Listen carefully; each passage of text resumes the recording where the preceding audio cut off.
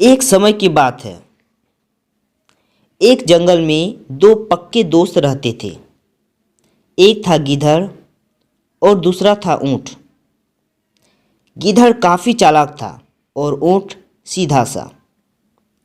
ये दोनों दोस्त घंटों नदी के पास बैठकर अपना सुख दुख बांटते थे।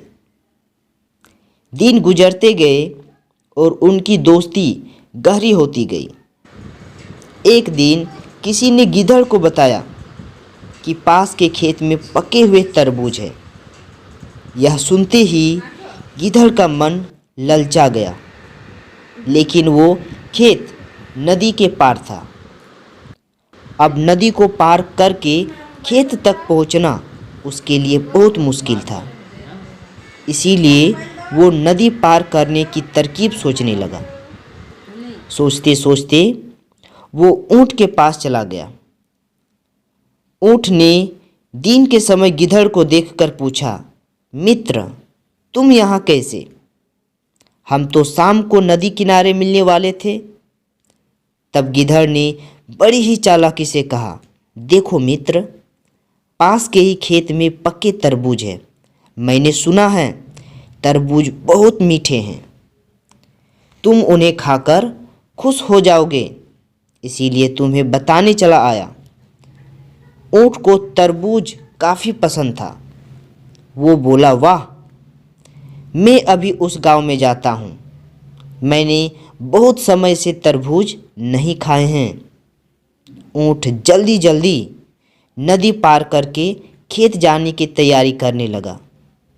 तभी गिधड़ ने कहा, दोस्त, तरबूज मुझे भी बहुत पसंद है, इसीलिए मुझे भी जाना चाहिए, लेकिन मुझे तैरना नहीं आता। तुम तरबूज खा लोगे तो मुझे लगेगा कि मैंने भी खा लिया। तभी ऊँट बोला, चिंता मत करो, मैं तुम्हें अपनी पीठ पर बैठाकर नदी पार करवाऊंगा। फिर दोनों साथ साथ नदी पार किया।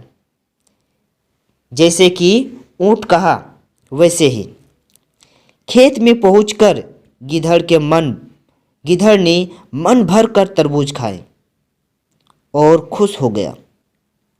खुशी के मारे वो जोर जोर से आवाज़ें निकालने लगा।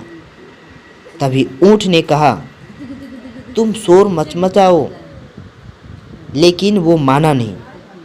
गिधड़ की आवाज़ सुनकर किसान डंडे लेकर खेत के पास आ गए। गिधड़ चालाक था, इसीलिए जल्दी से पेड़ों के पीछे छुप गया। लेकिन ऊँट का शरीर बहुत बड़ा था, इसीलिए वो छुप नहीं पाया। किसानों ने गुस्से के मारे उसे बहुत मारा। किसी तरह अपनी जान बचाते हुए ऊँट खेत के बाहर निकला। तभी पेड़ के पीछे छुपे गिधड़ बाहर आ गया।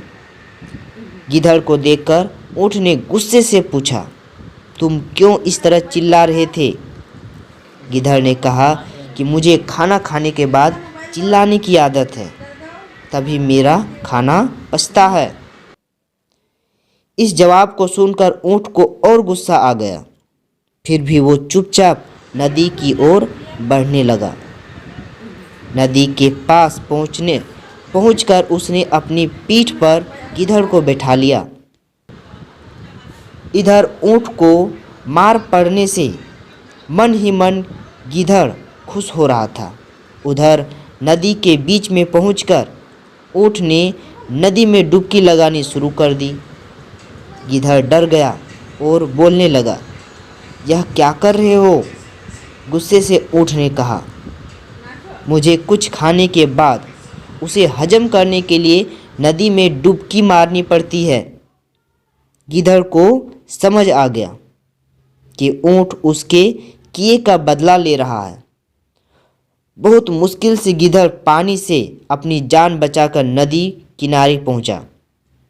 उस दिन के बाद से गिधड़ ने कभी भी ऊँट को परेशान करने की हिम्मत नहीं की। कहानी से सीख।